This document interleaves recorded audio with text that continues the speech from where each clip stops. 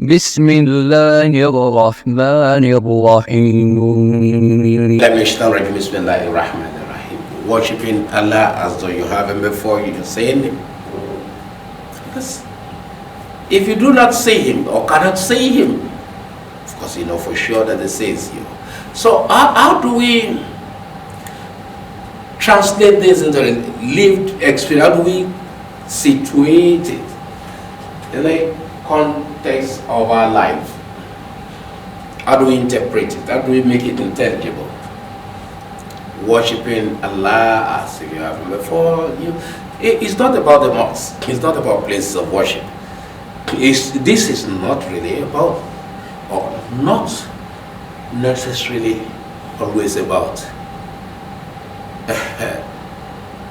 acts of worship, those ones that are associated with places of worship, tahajjud, nawafil, supplications and all that. But what's your attitude? What's your disposition towards the assignment, the work for which you are employed? You are employed to work with the government, or you work in the private sector, or whatever. But your services are engaged for a purpose. Or you get to the office and then next thing you do is to perform ablution and begin to recite the Qur'an. You read Qur'an for 3 hours, government time. You read the Quran because you want to be close to Allah. Why to do that overnight is your time. You own the time. That's not office hours. Not official time is your time after closing to the following day. Look, recite the Quran from Asri to Salah to Subhi. No one is interested in that. You have what you're asking for. Not the time, characterized as official. You get to the office,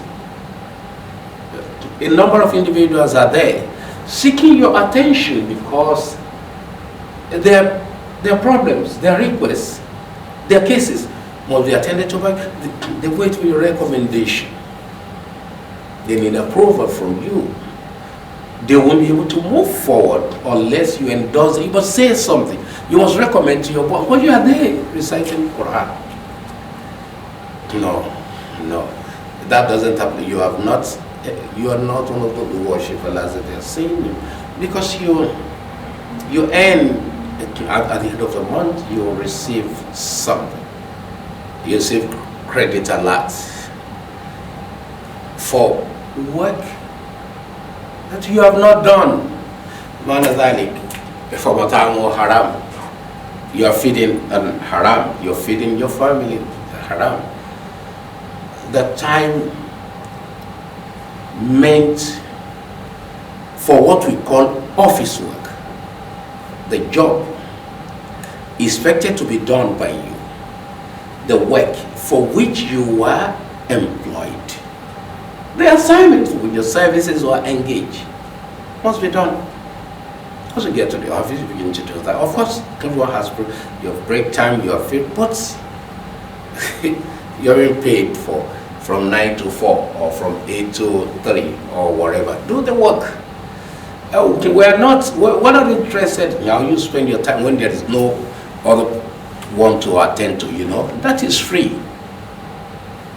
But during the period you're expected to be working, you don't do something else. And then when inspectors, assessors, or monitors, or whatever,